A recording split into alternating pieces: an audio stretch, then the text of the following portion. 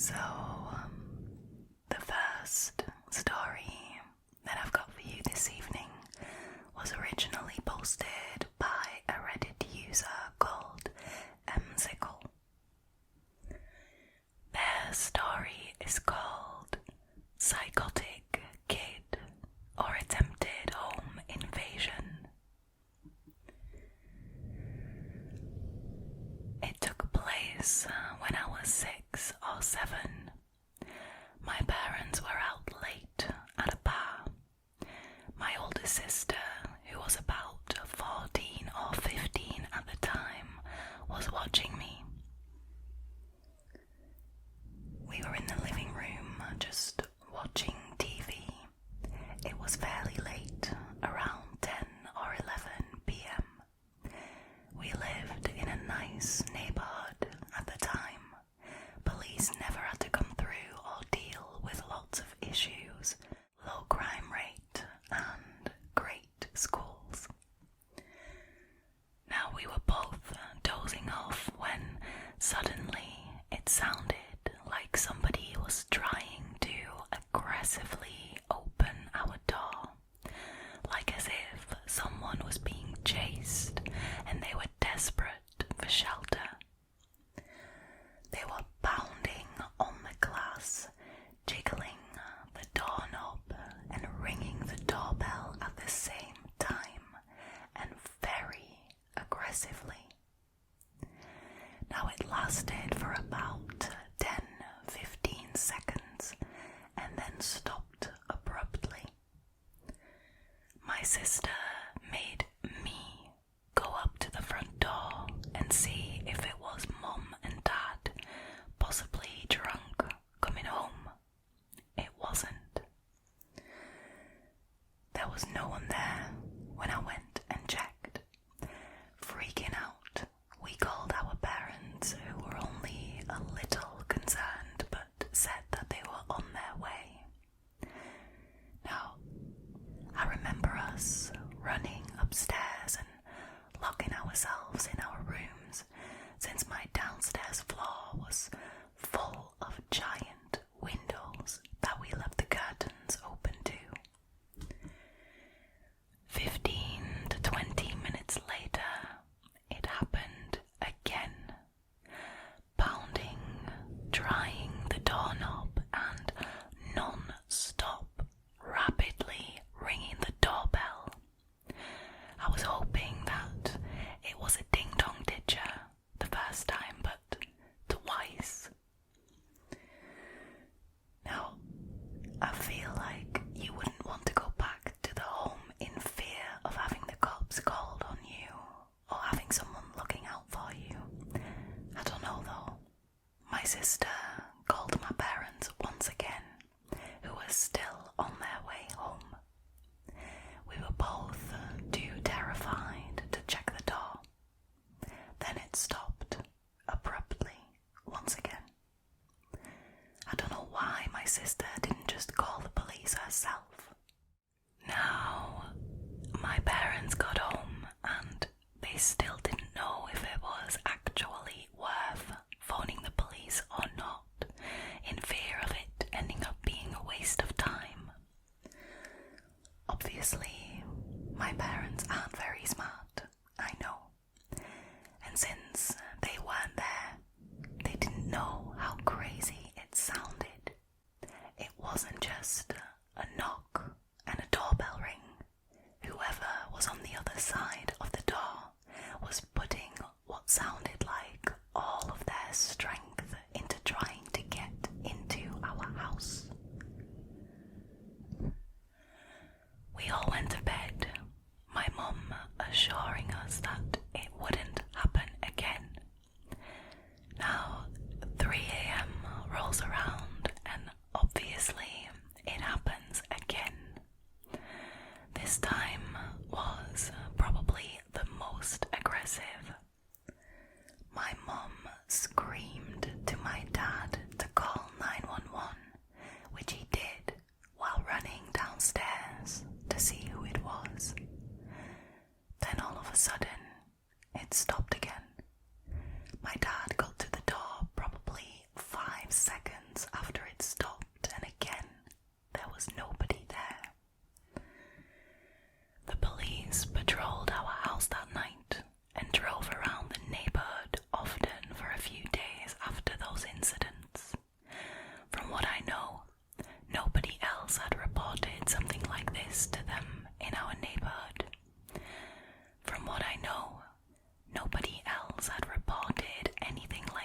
happening to them in our neighborhood. I still don't know what it could have been about. I always told myself it was just some kids messing with us, but the fact that it happened multiple times and was so aggressive just disturbed me. I had trouble sleeping in that house for months. Now, if you wanted to ding-dong ditch, why would you try to open the door relentlessly? And why target the same house 3 times? That just seems like a lot. God knows what would have happened if the door was unlocked. We were little girls and definitely wouldn't have been able to defend ourselves had it been malicious. Our cars were broken into a couple months later, so it's possible that it could have been related.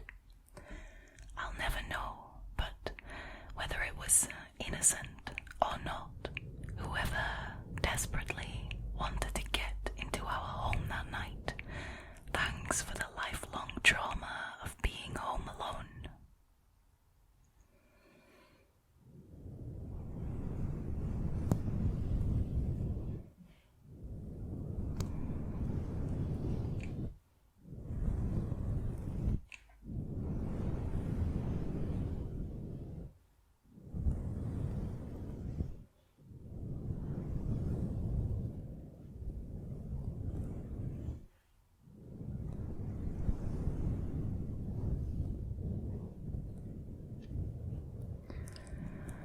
See, I have a very vivid imagination, and I'm sure there is loads of you who do too. So whenever I read these stories, I, see it all happening in front of my eyes, and you've got to try and imagine being 6 or 7, being home alone with your sister, and then that happens. It must be terrifying and traumatizing enough if your parents are actually home when it happens, but when you're home alone, I mean, I can understand that the original poster says that it caused a lifelong trauma for them. I mean, I can completely understand that. Also, the fact that it sounded like somebody needed help, somebody desperately wanted to get in. It must be really hard to decide on what to do. You're terrified yourself, but do you try and help this person who is at your door, or do you not trust it and just hide? It must be a proper mind. I do wonder who it was. I mean, immediately I was thinking, it must be somebody who knows that those kids are alone in that house, and they were trying to get them to open the door, lure them outside, and, take them or something. But then the fact that it happened again when the parents were home is just completely mind-boggling to me. Like, if it was somebody who just wanted to hurt those children, why would they come back after the parents got home? Because surely now they would have seen the car in the driveway. And then there's the fact that 2 months later the car got broken into. It's just all so weird and so creepy. And I'm glad that nothing happened to the original poster or her family in this whole situation. And I'm glad that it didn't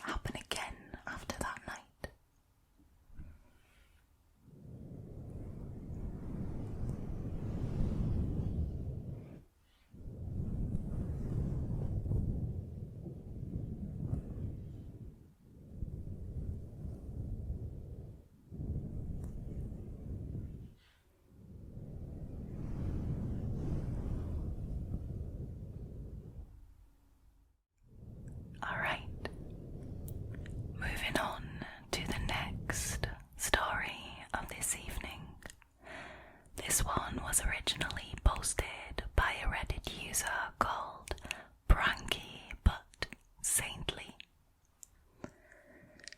Their story is called Home Intrusion Happened Right Under My Roommate's Nose While I Was at Work. I came home from work today to receive some very unsettling news from one of my roommates. It started when I went to let the dogs out into the backyard. Our back door is in the kitchen. So on my way to let them out, I passed by the oven and noticed that it was on.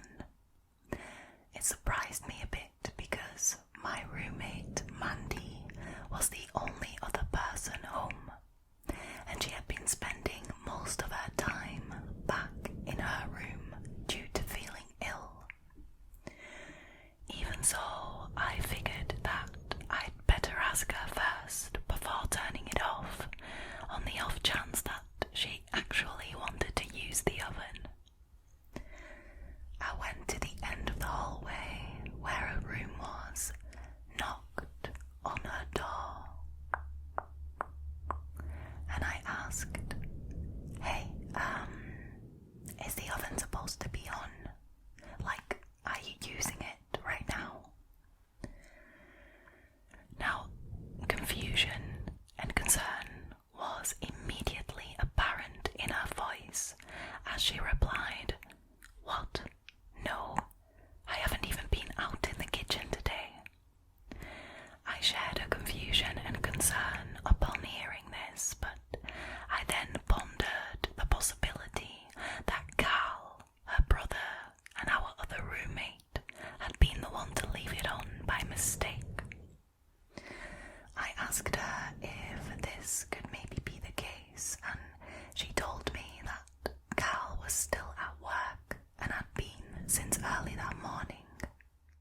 Now, this was when she and I began to piece together that something very strange had to have happened.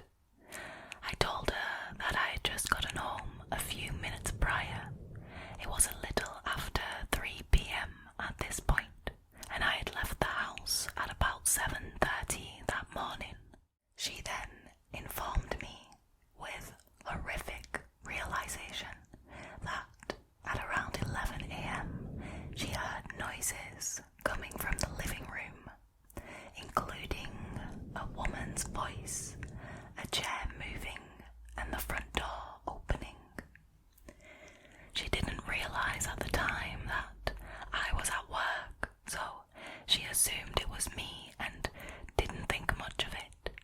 She then mentioned that, in hindsight though, the dogs were barking an unusual amount during this time. I asked her how long the noises coming from the living room went on for, and she said that it was kinda hard to tell because she was trying to sleep at the time, but that if she had to guess, she'd say it lasted for about 20 minutes. Mandy, Carl, and I are the only current residents of this home, as I mentioned before. Carl and I were both at work during that time frame,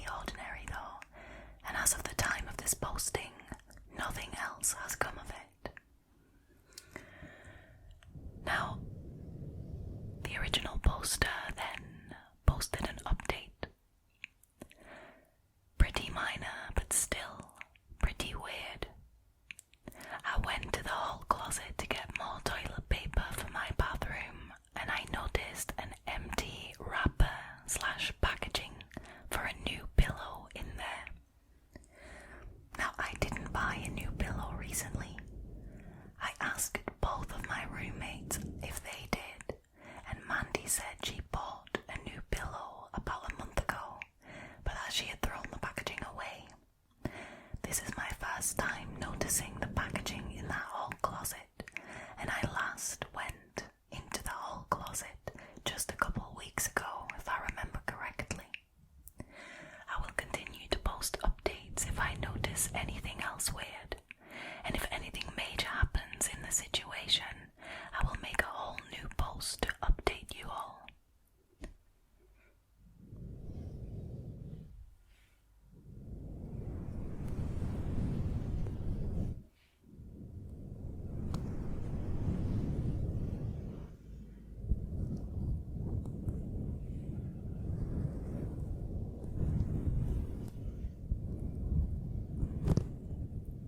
Now, I don't know if you've noticed, but lately there have been quite a few stories about people entering other people's houses or apartments, and I don't know what's up with that.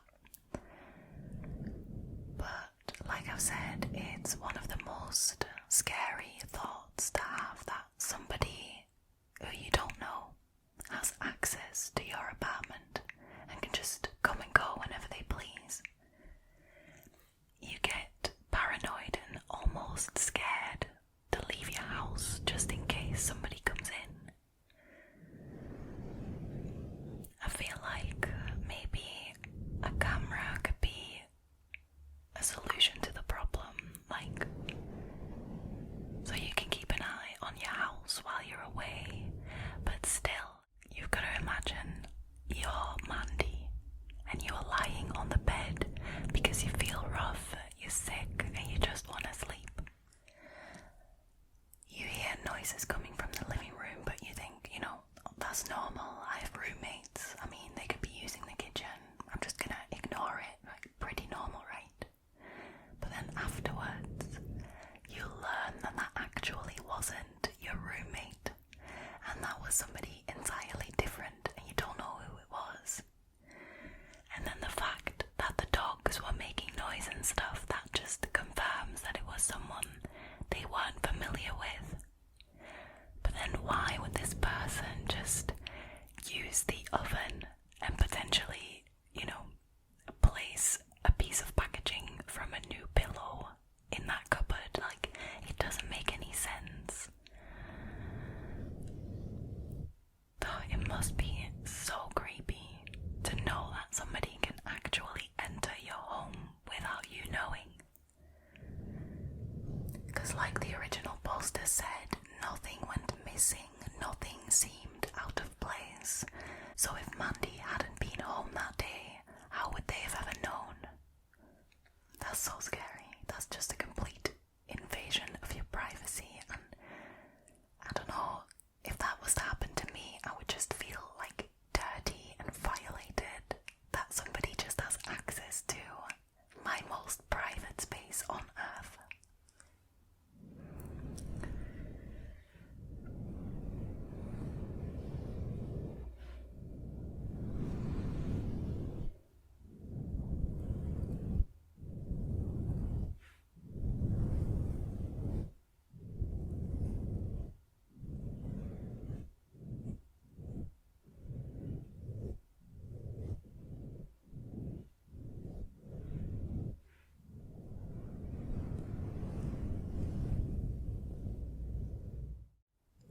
Alright, moving on to the third story of this evening.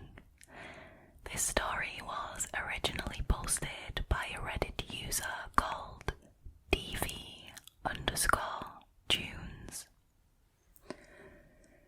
Their story is called Creepy Burglar in My Backyard. It was a Monday in the middle of March, and it was 3 in the morning. It was pitch black outside, and I was laying in bed when suddenly I heard my mum get up to use the bathroom.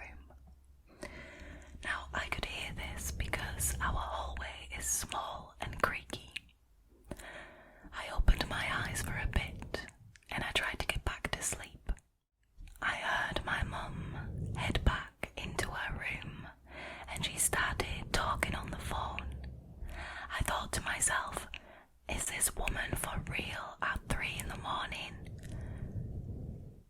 I lay there, looking at the ceiling. I then hear, "Oh my God, oh my God." I got up from my bed and I entered my mum's bedroom. My mum was standing there, looking out her bedroom window, talking on the phone. Now, her bedroom window overlooks the street, so I go in there and I asked what's going on, and she told me that there was a man crouching behind her car on the street, looking in through the car window. He was dressed in all black and had his hood up. "What?" I said to her, and if you are wondering, my mum is on the phone to our neighbour, and I can't thank her enough for ringing my mum. Anyway, the man started to run about the street to other cars and looking in through their car windows.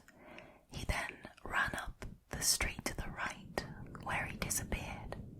Now, our house is at the very end of the street, and our neighbour who was on the phone was across the right to us, across the small road. She had a clear view of the side of our house and our backyard. My mum stayed on the phone until I heard a sentence that rattled me to my core. "He is in your back garden." Me and my mum looked at each other in disbelief. I ran to my room, which overlooked the back garden, and there he was, standing there, staring up at me. I couldn't see his face because of the hood, but he turned behind him and bolted out my back garden, and I never saw him again. Till this day, I wonder what would have happened if my neighbour wasn't awake and didn't ring my mum. She sadly moved house last week, and that's why I thought I would write this.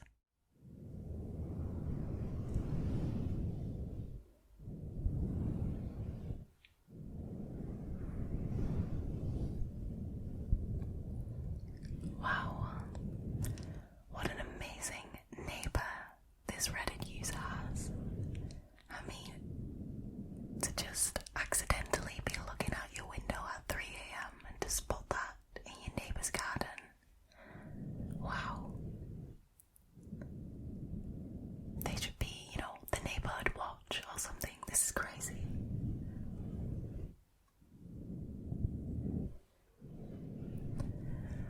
Honestly, that's always been one of my biggest fears, that somebody tries to break in or is just hiding in my garden or something. So I recently purchased a home alarm, so hopefully I should be less nervous about all of this now. But obviously I spend so much time here on YouTube reading people's creepy, horrible experiences to you guys. I also listen to a lot of true crime, so you get paranoid about these things. Anyways, I am so glad that the person who was hiding in the original poster's backyard got scared off and ran away, and they never saw him again. Because honestly, if that neighbour hadn't warned the mum, who knows what would have happened. Maybe they would have been able to enter the home, and you don't know what people's intentions are. As we've learned from all of these stories on the channel, there are some really weird f***ers about.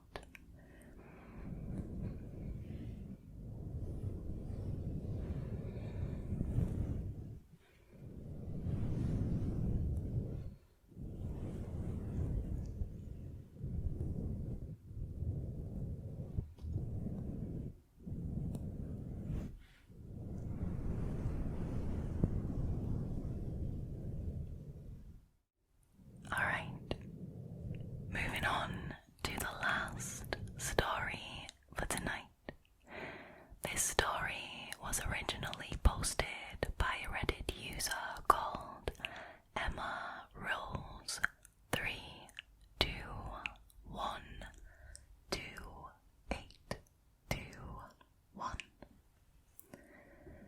Their story is called Don't Take Rides from Strangers. When I was about 15 or 16, I was a real party animal. Always the next town over at my friends' places. Most of the time I was able to stay at their place overnight and head home the next day, but there were a few occasions where I found myself walking home. Now, this walk was roughly 2 to 3 hours. If it was a nice night, I didn't mind it at all. It gave me a chance to sober up before I got home. And of course, my parents didn't know I was doing this. It was just me being a stupid teenager. I mean, we've all been there. We've all been stupid teenagers at some point. Now, at the time, there was a good 40-minute stretch that was pitch black, with nothing but fields and forest on either side of the road. It has since been developed into a shopping centre and homes. Every now and then, a car would pull over, asking if I needed a ride home. Most of the time I would say no thank you and go on my way with no issue. 2 times, cabs had offered me a ride home for a discounted price, and they were both amazing people. They told me about their wives and kids and how I should really be careful walking alone at night. They dropped me at my house and made sure I got in before driving away.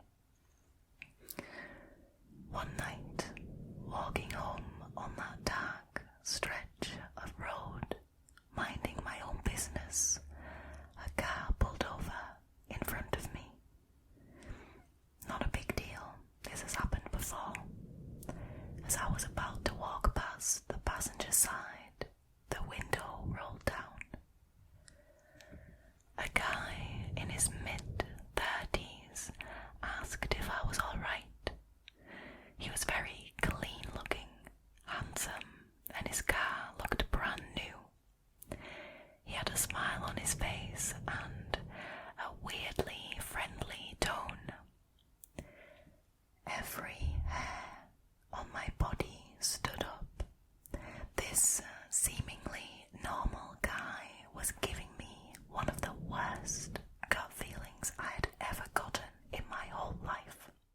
I backed up from the car as he spoke to me. Being polite, I told him I was alright and not too far from home, but I thanked him for his concern. The smile never left his face, but it was wrong, like it was being forced. He insisted that he could drive me home and then said, "There are some really scary people in this world," and then he laughed. By this point, my whole body is screaming that I need to get away from this person. I faked a smile, thanking him, saying goodbye and goodnight. I started walking away, pulling out my phone and pretending to call a friend. He sat in that spot for a little while before slowly creeping up beside me again, still giving me that weird forced smile. "Are you sure I can't drive you home?" I lied, saying I'm just talking to my friend and that he was on his way. All the while I was keeping my distance from his car. "You can wait in the car with me," he said, with a bit of an odd tone to his voice. Yet again I declined his offer. My skin was crawling and I'm sure you could hear the nerves in my voice.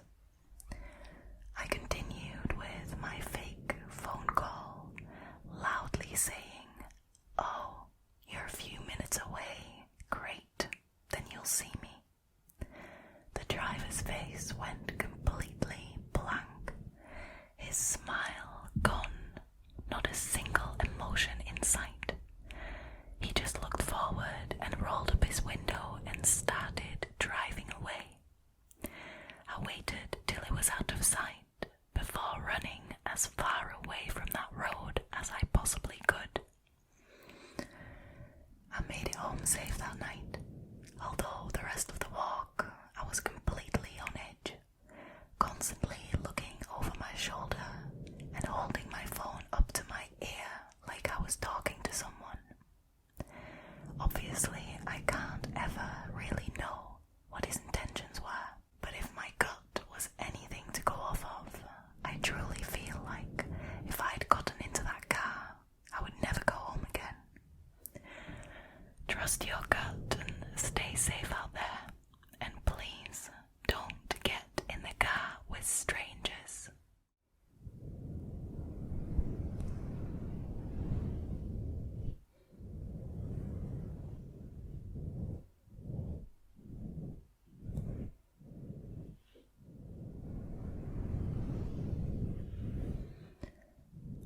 I feel like this should go without saying. Don't get into the car with someone you don't know. When you're in a car, you're trapped. They can either lock the doors or they can just drive and you're trapped. You can't just jump out of a moving vehicle. I think the original poster was very smart to firstly decline the offer and secondly to pretend that she was on the phone. That's actually a trick that I was also told about by my parents, and I used to also do that. Because, believe it or not, I've also had people slow down and ask if I needed a ride. It comes in handy sometimes. But like I said, I feel like this should go without saying. Don't get into a car with a stranger. But people still do, obviously, because these things still happen. People still get abducted from the road when they are walking on their own. People still get abducted while hitchhiking, stuff like that. And sometimes what people don't realize is that predators don't always look scruffy and horrible. Sometimes they just look normal, clean shaven. They look like they're well off, just normal businessmen or women. I mean, Ted Bundy, nobody thought he could possibly be a serial killer. Nobody would have ever expected that because it didn't look the part. I just want you to keep in mind that, sickos don't always look the part, but that doesn't make them any less dangerous. If anything, it makes them more dangerous. So like the original poster said, always trust your gut feeling and never get into the car with a stranger. Just be very aware of your surroundings.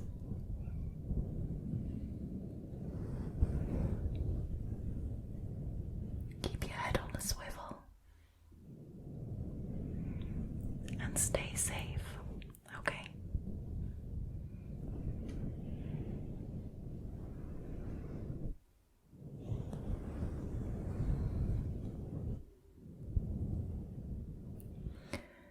Now sadly, that was the last story of this evening. I want to thank all of the wonderful Reddit users for letting me share their stories on the channel, and I want to thank you guys for joining me once again for tonight's scary stories. I hope I see you next week.